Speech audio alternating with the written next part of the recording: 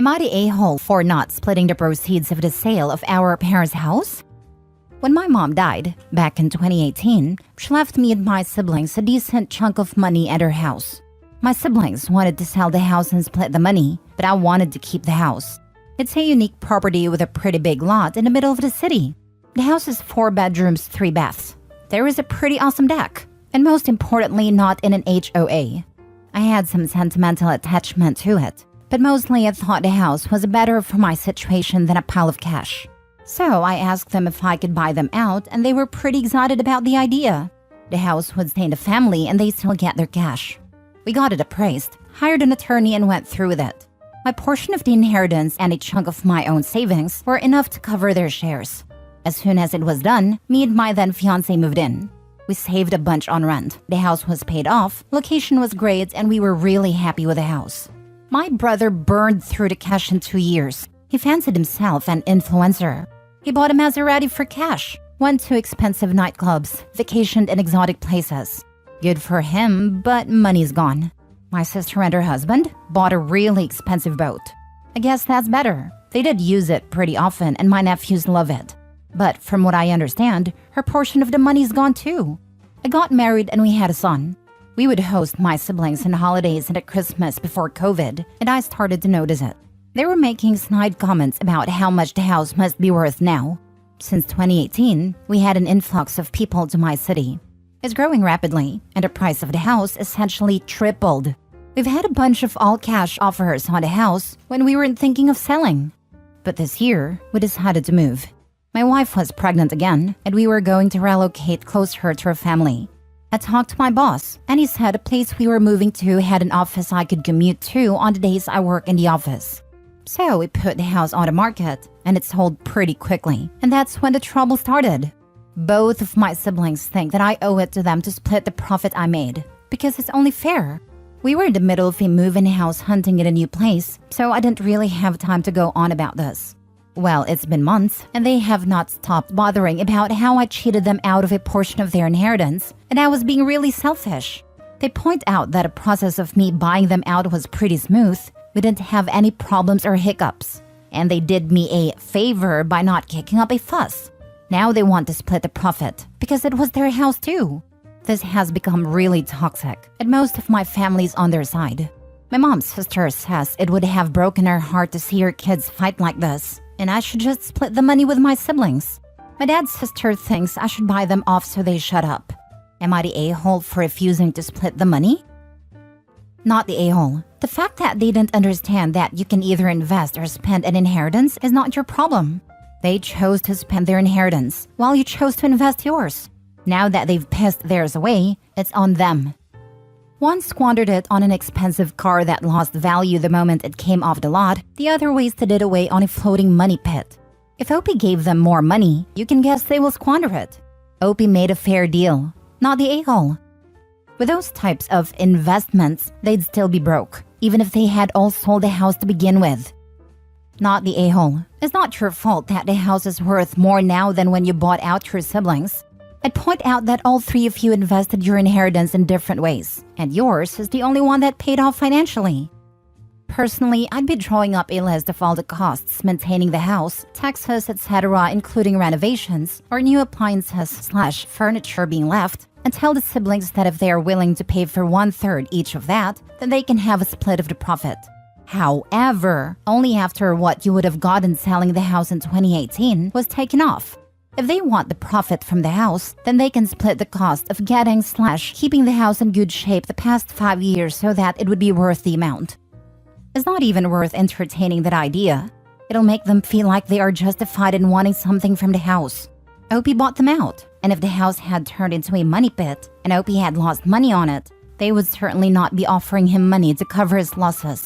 They wanted to sell the house and split the money. They effectively did that, except that the house was bought by Opie and not some stranger. Opie does not owe them absolutely anything. Next story. Am I the a-hole for not allowing my friend to move with me and my children? I am a 32-year-old widow to 3 young children. We live in a small but cute 3-bedroom that is too small for us, but due to cost of living and COVID, we ended up renting the home longer than originally expected. The house has a renovated garage-type space in the back, and about 6 months ago my friend Trish asked if she could stay because she had nowhere to go with her 2 kids. I told her that's fine, but that I would not be renewing my lease because I am purchasing a home. Trish has not saved any money nor gotten a job. I reminded her last week that I would start putting in offers on homes this week. We put in an offer this past Friday and found out today that I was accepted. I let Trish know that if things went well, we would be leaving in 30 to 45 days. She asked me about the house and then said that the house doesn't have a space for her and her kids, but otherwise it was perfect. I thought she was joking and said that once we get settled, we will figure out something for sleepovers with the kids. Trish seemed totally taken off guard. She said that she didn't think I was really going to move without her and that she had nowhere to go and she would be homeless. She called her sister, and her sister said no, she can't stay because their grandmother already lives there and there is no more space. Trish is now freaking out and saying that we've all turned our back on her. Her parents don't have their own place, nor do their grandparents. I recommended income-based housing and a job, but she said she doesn't want to put her kids in daycare. She says that I have more than enough money to help her and still buy a house. I work 2 jobs and have busted my butt to buy this house, and have enough money for furniture and everything to be the way I want. So I basically told her I can't help her, and the lights will be out on September 15th. Am I the a-hole for leaving her with nowhere to go? Not the a-hole. You gave her 6 months. She is not working and she is not planning to work. Her plan is to exploit you. That's the part that's outrageous to me. You work 2 jobs, and she apparently feels that it's fine for you to support her joblessness? She wants you to enable her to be a stay-at-home mom. She's basically using OP as a substitute partner. This is gonna continue until OP kicks her out, or she finds another person to bankroll her. Trish is not your friend. She is angling to be your dependent, trailing her 2 kids with her. I wouldn't let her have your new address if you haven't already given it. I'd be very careful about allowing her entry to your new home at all for that matter. Not the a-hole, and no sleepovers for the kids. She'll try to leave them with you or stay herself. Watch out for all males. Make sure there's nothing with her name coming to your new address. She might try to claim residency. She doesn't have the address for the new house. I also wasn't planning sleepovers, but didn't want to hurt her feelings. The new house is gated and you have to show ID to get in. My sister told me to tell security about her. Your sister is a wise woman. Don't stress about this though. Moving house is stressful enough. It's a shame that you've stumbled onto a take-a-mile person posing as a friend, but most people aren't like her. She'll find a new person to try and bleed dry soon, and you'll be her new sob story. Because it's definitely not her fault she has no home, and no one left who will support her. Congratulations on achieving this awesome-sounding new home for you and your children. Enjoy the fruits of your labors. Next story. Am I the a-hole for retiring and moving to South America like every single person in my family knew I planned to do since I was 16? I'm male 55, just pulled the pin on my retirement. I put in 33 years of work and I'm done. I bought property in South America 12 years ago, and I have been building our retirement home down there. I have dual citizenship, so I can own property without it being a hassle. The house was designed to be perfect for us. We have a pool, a small house for the caretaker/gardener, and 34 different fruit trees. The bathroom is up to North American standards, and the showers, grab bars, and stuff already built in for when I'm old. Everything is on one level, so there are no stairs. My wife helped by making suggestions to the designs of the house and by taking care of decorating it. We have been vacationing there for 8 years now, and renting it out when we aren't there for some extra money. We have hosted friends and family there, both with us there and on their own. My wife has now decided that she doesn't want to live there for 7 months of the year. We have grandkids now, and she wants to be more involved in their lives. I love my kids and grandkids, and my parents also live up here. But I am done with winter. If I never see snow again, it will be too soon. The house has guest rooms and flights are cheap. If they want to see me in the winter, they are all welcome to come down. Plus, I will be back for 5 months in the summer to do some contract work, and I will see everyone then. My wife said she didn't want to go down this winter, and that is absolutely her right. I booked my flight for September, and she asked me about the expense on the credit card. I said I was leaving for the winter like I had told everyone I was planning to do. This is when she said that she didn't want to go this winter actually meant she didn't want us to go this winter. I said that I was going and that I would see her in the spring unless she changed her mind and came down. Now her, my parents and my kids are bugging me about leaving her alone for the winter, but it is 100% her choice. Now for the comments. Not the a-hole. You can't force her to live there, but you can't force you to live where you don't like either. If I never see snow again, it will be too soon. Same here. I hate snow.